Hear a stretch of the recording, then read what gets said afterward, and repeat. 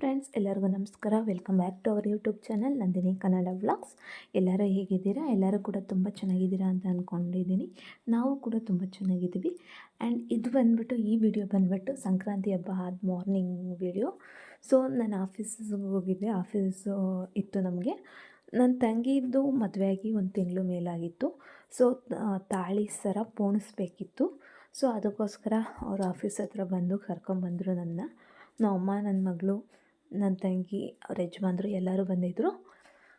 So ಬಂದು ನಮಗೆ ಗೊತ್ತಿರೋ ಅಂಗಡೀಲಿ ತಾಳಿ ಪೋಣಿಸೋಣ ಅಂತ ಅಲ್ಲಿಗೆ ಬಂದಮೇಲೆ ಒಂದು ಸ್ವಲ್ಪ ಹೊತ್ತು ವೆಯ್ಟ್ ಮಾಡ್ತಾಯಿದ್ದೋ. ಯಾಕೆಂದರೆ ಅಂಕಲ್ ಇರಲಿಲ್ಲ, ಅವರು ಬೇರೆ ಕಡೆ ಹೋಗಿದ್ದರು. ಅವ್ರು ಬರೋವರೆಗೂ ವೆಯ್ಟ್ ಮಾಡ್ತಿದ್ದೋ.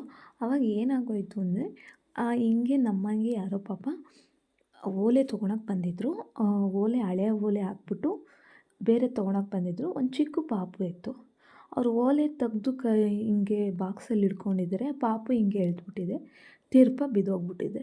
ಅದು ಎಲ್ಲಿ ಎಷ್ಟು ಹುಡುಕಿದ್ರು ಪಾಪ ಸಿಗಲೇ ಇಲ್ಲ. ಅದು ಎಲ್ಲಿ ಬಿತ್ತು ಅಂತಲೇ ಗೊತ್ತಾಗಲಿಲ್ಲ. ಅವರು ಫುಲ್ಲೆಲ್ಲ ಹುಡುಕಿದ್ರು, ನಾವು ಎಲ್ಲ ಹುಡುಕ್ದೋ, ಬಟ್ ಕೊನೆಗೂ ಸಿಗಲೇ ಇಲ್ಲ. ಎಲ್ಲ ಸಂದಿಲಿ ಸೇರ್ಕೊಂಡ್ಬಿಟ್ಟಿರುತ್ತೆ ಪಾಪಚ್ಚಿ. ಏನು ಕಷ್ಟ ಇತ್ತು ಏನೋ ಗೊತ್ತಿಲ್ಲ ಅವ್ರಿಗೆ. ಒಂದು ಅಕ್ಕ ಬಂದಿದ್ದರು.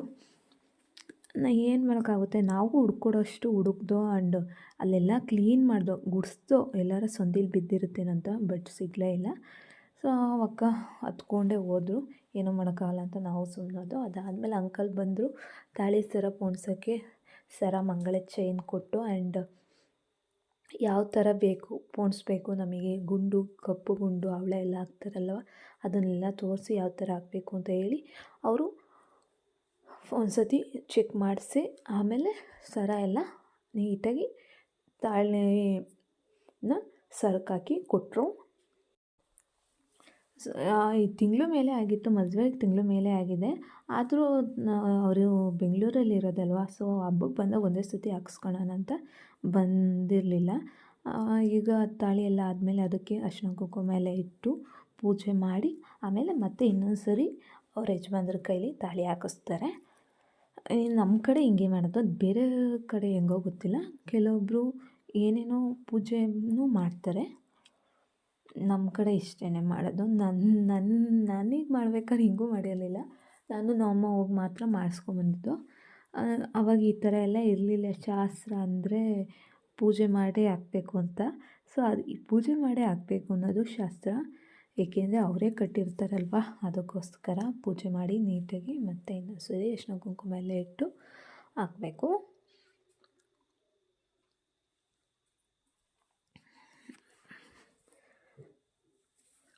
ಸೊ ನನ್ನ ತಂಗಿ ಅಂತೂ ಫುಲ್ ಖುಷಿ. ನನ್ನ ಮಗಳಂತೂ ಅಲ್ಲೆಲ್ಲ ಬಿದ್ದು ಒದ್ದಾಡ್ತಾಯಿದ್ಲು, ನನಗೆ ಫೋನ್ ಕೊಡು ಅಂತ. ಸೊ ಅವಳಿಗೆ ಯಾವಾಗಲೂ ಫೋನ್ದೇ ಚಿಂತೆ. ಇಲ್ಲೂ ನೋಡಿ ಫೋನ್ ಹಾಕ್ಕೊಡು ಅಂತ ಕೇಳ್ತಾ ಇದ್ದಾಳೆ. ಯಾರೂ ಹಾಕ್ಕೊಡ್ತಾಯಿಲ್ಲ, ಎಲ್ಲ ಅಲ್ಲಿ ವೀಡಿಯೋಸ್ ಮಾಡೋದ್ರಲ್ಲಿ ಬ್ಯುಸಿ, ಅಲ್ಲಿ ನೋಡ್ತಾಯಿದ್ರು. ಸೊ ಅದಾದಮೇಲೆ ತುಂಬ ಚೆನ್ನಾಗಿದ್ರು ಅಲ್ಲಿ. ಏಕೆಂದರೆ ಇಲ್ಲಿ ಒಡವೆನೂ ಕೂಡ ಮಾಡಿಸ್ಬೋದು, ತುಂಬ ಚೆನ್ನಾಗಿ ಮಾಡಿಕೊಡ್ತಾರೆ. ಎಲ್ಲರೂ ಇಲ್ಲೇ ಮಾಡಿಸೋದು. ನಮ್ಮ ಮದುವೆಗೆ, ನನ್ನ ತಂಗಿ ಮದುವೆಗೆ ಎಲ್ಲರಿಗೂ ಇಲ್ಲೇ ಮಾಡಿಸಿದ್ದು. ಸೊ ಅದೆಲ್ಲ ಮುಗಿಸ್ಕೊಂಡು ನಾವು ಹೋಗ್ತಾಯಿದ್ದೋ. ಹೋಗ್ಬೇಕಾದ್ರೆ ನನ್ನ ಮಗಳು ಪಾನಿಪುರಿ ಬೇಕು ಅಂತಿದ್ಲು. ಸೊ ನಾನು ಆಫೀಸಲ್ಲೇ ಊಟ ಮಾಡಿದ್ರಿಂದ ನಾನೇನು ತಿನ್ನಲಿಲ್ಲ. ಅವರು ಊಟ ಮಾಡ್ಕೊಂಬಂದಿದ್ರು, ಅವರು ಏನೂ ತಿನ್ನಲಿಲ್ಲ. ಅವಳು ಪಾನಿಪುರಿ ಬೇಕು ಅಂದಿದ್ದು ಮಾತ್ರ ಊಟ. ಪಾನಿಪುರಿ ಬೇಕು ಅಂದ್ಲಲ್ಲ, ಅದಕ್ಕೋಸ್ಕರ ತೊಗೊಂಡು ಮನೆಗೆ ಬಂದು ಅವಳು ಒಂದು ಸ್ವಲ್ಪನೇ ತಿನ್ನೋದೇ ಇಲ್ಲ ಪೂರ್ತಿ. ಅದರಲ್ಲೇ ನಾವು ಒಂಚೂರು ಶೇರ್ ಮಾಡ್ಕೊಂಡು ತಿಂದು. ಅದಾದಮೇಲೆ ತುಂಬ ಬಿಸಿಲಿತ್ತು. ನೈಟ್ ಹೊತ್ತು ಮಾತ್ರ ತುಂಬ ಚಳಿ ಆಗುತ್ತೆ, ಮಾರ್ನಿಂಗ್ ಟೈಮ್ ಮಾತ್ರ ಬಿಸಿಲಿರುತ್ತೆ, ಆದರೂ ಚಳಿ ಆಗ್ತಾಯಿರುತ್ತೆ. ನನಗಂತೂ ಎಷ್ಟು ಚಳಿ ಅಂದರೆ ನನಗೆ ಸ್ವೆಟ್ಟರು ಜರ್ಕಿನೂ ಇಲ್ಲ ಅಂದರೆ ಇರೋಕ್ಕೆ ಆಗೋಲ್ಲ. ಸೊ ಅದಕ್ಕೋಸ್ಕರ ನಾನು ಯಾವಾಗಲೂ ಸ್ವೆಟರ್ ವೇರ್ ಮಾಡಿರ್ತೀನಿ. ನೀವು ಯಾರು ಅಂದ್ಕೊಂಡಿರ್ಬೋದು, ಏನು ಈ ಹುಡುಗಿ ಯಾವಾಗಲೂ ಸ್ವೆಟ್ರ್ ಹಾಕ್ಕೊಂಡೇ ವೀಡಿಯೋ ಮಾಡುತ್ತೆ ಅಂತ ಅಂದ್ಕೊಂಡಿದ್ರೆ ಪ್ಲೀಸ್ ಹಂಗೆಲ್ಲ ಅಂದ್ಕೊಂಬಿಡ್ರಿ. ಏಕೆಂದರೆ ನಂಗೆ ಚಳಿ ತಡೆಯೋಕ್ಕಾಗಲ್ಲ. ಸೊ ಯಾಕೆಂದರೆ ನನ್ನ ಮಗಳು ಹುಟ್ಟಬೇಕಾದ್ರೆ ತುಂಬ ಗ್ಲೂಕೋಸ್ಗಳನ್ನೆಲ್ಲ ಬಾಡಿಗೆ ಹಾಕಿರೋದ್ರಿಂದ ಒಂದೇ ಒಂದು ಸ್ವಲ್ಪ ಬೇಸಿಗೆ ಟೈಮಲ್ಲೂ ನನಗೆ ನೈಟ್ ಹೊತ್ತು ಚಳಿ ಆಗುತ್ತೆ, ಅಷ್ಟು ಹಂಗಾಗ್ಬಿಟ್ಟಿದೆ. ಸೊ ಇದಕ್ಕೆ ಪರಿಹಾರ ಏನು ಅಂತ ನಂಗೆ ನಿಜವಾಗ್ಲೂ ಗೊತ್ತಿಲ್ಲ. ನಿಮ್ಗೆ ಯಾರಿಗಾರು ಗೊತ್ತಿದ್ದರೆ ತಿಳಿಸಿ. ಯಾವಾಗಲೂ ಚಳಿ ಆಗ್ತಾನೆ ಇರುತ್ತೆ. ನಮ್ಮಮ್ಮ ಅಂತ ಇರುತ್ತೆ, ಅಜ್ಜಿ ಆಗಿಬಿಟ್ಟಿದೀಯ ಕಣೆ ಅಂತ ಅಂತಿರ್ತಾರೆ. ಬಟ್ ನನಗೆ ಒಂದು ಸ್ವಲ್ಪನೂ ಚಳಿ ತಡ್ಕೊಳಕ್ಕಾಗಲ್ಲ. ನನ್ನ ಮಗಳು ಮಾತ್ರ ಚಳಿ ಅಂದರೆ ಏನು ಅಂತಲೂ ಗೊತ್ತಿಲ್ಲ ಅವಳಿಗೆ. ಈ ಚಳಿಗಾಲದಲ್ಲೂ ಫ್ಯಾನ್ ಇರಬೇಕು ಅವಳಿಗೆ. ಅವಳ ಪಕ್ಕ ಸೇರ್ಕೊಂಡು ನಾನಂತೂ ಒದ್ದಾಡಿ ಒದ್ದಾಡಿ ಗುಬ್ರುಕೊಂಡು ಮಲ್ಕೊಂಬಿಡ್ತೀನಿ ಗುಬ್ಬಚ್ಚಿ ಥರ. ಫ್ಯಾನ್ ಆಫ್ ಮಾಡಿದ್ರೆ ಅಳ್ತಾಳೆ, ಆನ್ ಮಾಡೋವರೆಗೂ ಬಿಡೋಲ್ಲ. ಫ್ಯಾನ್ ಇದ್ದರೆ ನನಗಾಗಲ್ಲ, ಫ್ಯಾನ್ ಇಲ್ಲ ಅಂದರೆ ಅವಳಿಗಾಗಲ್ಲ, ಹಂಗಾಗ್ಬಿಟ್ಟಿದೆ. ಏನು ಮಾಡೋದು, ಅಡ್ಜಸ್ಟ್ ಮಾಡ್ಕೊಳ್ಳೇಬೇಕು. ಅವಳನ್ನ ಮಲಗಿಸ್ಬಿಟ್ಟು ಆಮೇಲೆ ಆಫ್ ಮಾಡಿಬಿಡ್ತೀನಿ, ಹಂಗಾಗಿದೆ. ಅಷ್ಟು ಸೆಕೆ ಅವಳಿಗೆ, ಯಾವಾಗಲೂ ಬೆವರ್ತಾ ಇರ್ತಾಳೆ. ಚಳಿಗಾಲದಲ್ಲೂ ಬೆವರ್ತಿರ್ತಾಳೆ ಅವಳು, ಹಂಗಾಗಿದೆ. ಅದಾದಮೇಲೆ ಪರಂಗಿ ಹಣ್ಣಿತ್ತು, ಎಲ್ಲರೂ ಕುಯ್ಕೊಂಡು ತಿಂತಾಯಿದ್ದೋ. ಸೊ ಅಷ್ಟರಾಗೆ ನಮ್ಮಪ್ಪ ಮಟನು ಚಿಕನು ತಂದಿದ್ರು, ಯಾಕೆಂದರೆ ಹಬ್ಬ ಮುಗ್ದಿತ್ತಲ್ವ. ನನ್ನ ತಂಗೀರು ಬಂದಿದ್ದರು, ಸೊ ಅದಕ್ಕೋಸ್ಕರ ಮಟನ್ ಚಿಕನ್ ಎಲ್ಲ ತಂದಿದ್ದರು. ಅದನ್ನೆಲ್ಲ ರೆಡಿ ಮಾಡೋಕ್ಕೆ ಅಮ್ಮ ಮಧ್ಯಾಹ್ನ ಅವರು ಸರಿಯಾಗಿ ತಿಂದಿಲ್ಲ, ಬೇಗ ಮಾಡಿಬಿಡು ಚಿಕನ್ ಫ್ರೈ ಎಲ್ಲ, ನೈಟು ಮಟನ್ ಸಾಂಬಾರೆಲ್ಲ ಮಾಡಿರ್ತೀನಿ, ಅಷ್ಟರಾಗೆ ಮಟನ್ ಸಾಂಬಾರೆಲ್ಲ ಆಗುತ್ತೆ, ಫಸ್ಟು ಚಿಕನ್ ಫ್ರೈ ಮಾಡಿ ಅದರಲ್ಲಿ ಊಟ ಮಾಡ್ಕೊಳ್ಳಿ ಅಂದರು. ಸೊ ಅದಕ್ಕೆ ನಮ್ಮಮ್ಮ ಎಲ್ಲ ರೆಡಿ ಮಾಡಿಕೊಡ್ತಾಯಿದ್ರು. ನಾನು ಚಿಕನ್ ಫ್ರೈ ಮಾಡೋದು ಯಾವಾಗಲೂ ತೋರಿಸಿದ್ದೀನಿ, ನನ್ನ ಪ್ರೊಫೈಲಲ್ಲಿ ವೀಡಿಯೋಸ್ ಇದೆ, ನೋಡ್ಬೋದು, ನೀವು ಚೆಕ್ ಮಾಡಿದ್ರೆ ಸಿಗುತ್ತೆ. ಅದೇ ಥರನೇ ಮಾಡಿದ್ದೀನಿ, ಸ್ಪೆಷಲಾಗಿ ಏನೂ ಮಾಡಿರಲಿಲ್ಲ ಬೇರೆ ಥರ, ಅದೇ ಥರನೇ ಮಾಡಿದ್ದು. ಸೊ ನಮ್ಮ ಅಜ್ಜಿನೂ ಬಂದಿದ್ದರು, ನಮ್ಮ ಅಜ್ಜಿ, ನಮ್ಮಪ್ಪ, ನಮ್ಮಮ್ಮ, ನಾನು, ನನ್ನ ತಂಗಿ ಯಜಮಾನ್ರು ಎಲ್ಲರೂ ಸೇರಿಕೊಂಡು ಒಳ್ಳೆ ಕ್ವಾಲಿಟಿ ಟೈಮ್ ಸ್ಪೆಂಡ್ ಮಾಡ್ದೋ. ಆಫೀಸಿಗೆ ಸುಳ್ಳೇಲಿ ರಜಾಗೆ ಬಂದಿದ್ದೆ ನಾನು, ಇವ್ರು ಬಂದರು ಅಂತ. ಸೊ ನೀವೆಲ್ಲರೂ ಹಬ್ಬ ಯಾವ ರೀತಿ ಆಚರಣೆ ಮಾಡಿದ್ರಿ ತಿಳಿಸಿ. ಸೊ ನಮ್ಮ ಕಡೆ ಹಬ್ಬ ಮಾಡೋದು ಯಾವ ರೀತಿ ಅಂತ ನೋಡಿದ್ರಿ ಅಲ್ವಾ, ವಿಡಿಯೋ ಅಪ್ಲೋಡ್ ಮಾಡಿದ್ದೆ, ಅದು ನೋಡಿಲ್ಲ ಅಂದರೆ ಪ್ಲೀಸ್ ನೋಡಿ ಇನ್ನೊಂದು ಸರಿ. ಆ್ಯಂಡ್ ಇನ್ನೂ ಯಾರು ನನ್ನ ಚಾನಲ್ನ ಸಬ್ಸ್ಕ್ರೈಬ್ ಆಗಿಲ್ಲ, ಪ್ಲೀಸ್ ಸಬ್ಸ್ಕ್ರೈಬ್ ಮಾಡ್ಕೊಳ್ಳಿ. ಯಾಕೆಂದರೆ ಇದು ನನ್ನ ಹಂಬಲ್ ರಿಕ್ವೆಸ್ಟ್ ಅಂತನಾರು ಅಂದ್ಕೊಳ್ಳಿ, ಏನಾರು ಅಂದ್ಕೊಳ್ಳಿ ಪ್ಲೀಸ್. ಯಾಕೆಂದರೆ ನನಗೆ ಕೆಲವೊಂದು ಸರಿ ಅನಿಸುತ್ತೆ, ಎಷ್ಟೇ ನನ್ನ ವೀಡಿಯೋಸ್ ಹಾಕೋಕ್ಕೆ ಟ್ರೈ ಮಾಡಿದ್ರು ಆ್ಯಂಡ್ ಒಳ್ಳೊಳ್ಳೆ ವೀಡಿಯೋಸ್ ಕೊಡಬೇಕು ಅಂತ ನಾನು ಟ್ರೈ ಮಾಡಿದ್ರು ಆಗ್ತಾನೇ ಇಲ್ಲ, ಸಬ್ಸ್ಕ್ರೈಬರ್ಸ್ ಆಗ್ತಾನೇ ಇಲ್ಲ ಅಂತ ಬೇಜಾರಾಗುತ್ತೆ. ಅದಕ್ಕೋಸ್ಕರ ನಂಗೆ ವೀಡಿಯೋ ಮಾಡೋ ಮೂಡೇ ಬರೋಲ್ಲ. ಸೊ ಪ್ಲೀಸ್ ಸಬ್ಸ್ಕ್ರೈಬ್ ಮಾಡ್ಕೊಳ್ಳಿ. ಇದಾದಮೇಲೆ ಇಲ್ಲಿ ಕಿರಣಣ್ಣ ಬಂದುಬಿಟ್ಟು ಏನೋ ಮೆಕ್ಯಾನಿಕ್ ಕೆಲಸ ಮಾಡ್ತಿದ್ದಾರೆ. ಏಕೆಂದರೆ ನಮ್ಮ ಹಳ್ಳಿ ಕಡೆ ಎನಿ ಟೈಮ್ ಕರೆಂಟ್ ಇದೆ, ಅಂದರೆ ಅದು ಯಾವಾಗಾರ ಒಂದೊಂದ್ಸರಿ ಮಳೆಗಾಲದಲ್ಲೆಲ್ಲ ಹೋದರೆ ಬರೋದೇ ಇಲ್ಲ.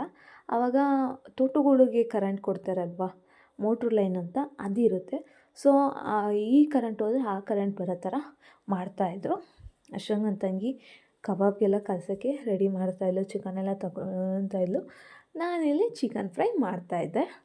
ಚಿಕನ್ ಫ್ರೈ ನಾನು ಆಗಲೇ ತೋರಿಸಿದ್ದೀನಿ, ಅದಕ್ಕೋಸ್ಕರ ಇಲ್ಲಿ ಫುಲ್ಲು ಶೂಟ್ ಮಾಡಿಲ್ಲ.